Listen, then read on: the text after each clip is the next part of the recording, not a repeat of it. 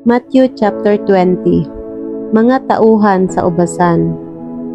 Verse 1. Pwedeng ikumpara ang kaharian ng langit sa isang may-ari ng lupa na umalis ng maaga para kumuha ng mga taong magtatrabaho sa taniman niya ng ubas. Verse 2. Nang mapagkasunduan na nila ang sweldo, isang silver coin sa isang araw. Pinapunta niya na sila sa ubasan para magtrabaho. Verse 3. Nung lumabas siya ulit mga 9 a.m., may mga nakita siyang nakatambay sa palengke. Verse 4. Kaya sinabihan niya sila, pumunta rin kayo sa ubasan para magtrabaho at bibigyan ko kayo ng tamang sweldo. Verse 5. Kaya pumunta sila. Tapos, ganun din ang ginawa niya nung lumabas siya bandang 12 ng tanghali at nung 3 p.m. Verse 6. Nung 5 p.m. na, may mga nakita pa siyang tao sa labas. Bakit nakatambay lang kayo dito buong araw? Tanong niya. Verse 7. Wala po kasing nagbigay ng trabaho sa amin. Sagot naman nila. Pumunta din kayo sa ubasan, sabi niya sa kanila. Verse 8. Nung gumagabi na, sinabi ng may-ari sa manager niya, tawagin mo na ang mga nagtrabaho at ibigay mo na ang sweldo nila. Simulan mo doon sa mga huling nagtrabaho hanggang sa mga nauna. Verse 9. Nung lumapit yung mga pinapasok bandang 5 p.m., isang silver coin ang natanggap ng bawat isa sa kanila. Verse 10. Nung lumapit yung mga naunang pumasok, umasa silang higit pa ang matatanggap nila. Pero tig-iisang silver coin lang din sila. Verse 11. Nang matanggap nila yon, nagreklamo sila sa may-ari.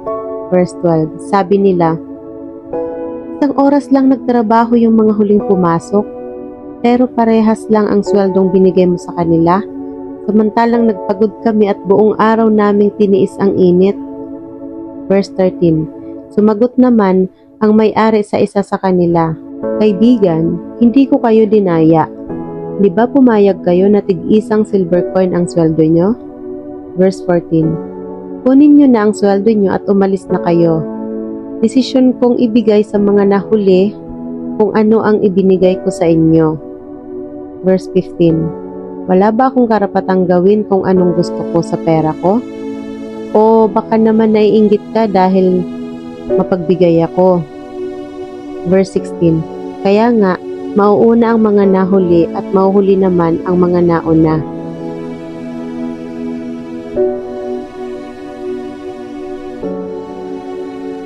Nagsalita ulit si Jesus tungkol sa kamatayan niya. Verse 17. Nung paakyat si Jesus sa Jerusalem, kinausap niya privately ang 12 disciples. Verse 18. Makinig kayo. Pupunta tayo sa Jerusalem kung saan tatraydo rin ang Son of Man. Ibibigay siya sa mga chief priests at sa mga teachers ng law at hahatulan siya ng kamatayan. Verse 19. Tapos, ibibigay naman siya sa mga Gentiles. Iinsultuhin siya, hahagupitin at ipapako sa cross. Pero sa ikatlong araw, bubuhayin ulit siya ng Diyos.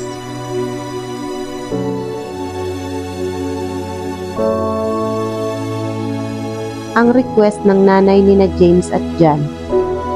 Verse 20. Lumapit kay Jesus ang asawa ni Zebedee kasama ang mga anak niya. Lumuhod siya sa harap ni Jesus para humingi ng pabor. Verse 21. Anong gusto mo? Tanong ni Jesus sa kanya. Sumagot ang nanay, ipag-utos niyo po na ang mga anak ko ang uupo sa kanan at kaliwa niyo pag naghahari na kayo. Verse 22. At sinabi ni Jesus, hindi niyo alam kung anong hinihingi niyo. Kaya niyo bang tiisin ang paghihirap na mararanasan ko? Sumagot naman sila, kaya po namin. Verse 23. Oo, kaya nyo ngang tiisin, sabi ni Jesus. Pero, hindi ako ang magsasabi kung sinong uupo sa kanan o sa kaliwa ko. Nakareserve lang ang mga pwestong yon sa mga taong pinaglaanan ng tatay ko. Verse 24. Nang marinig ito ng 10 disciples, sobrang nabadtrip sila sa magkapatid. Verse 25. Pero pinatawag sila ni Jesus at sinabi niya, "Alam niyo kung paano maghahari-harian ang mga leaders ng mga Gentiles at yung mga makapangyarihang leaders ang nasusunod." Verse 26. Huwag niyo silang gagayahin.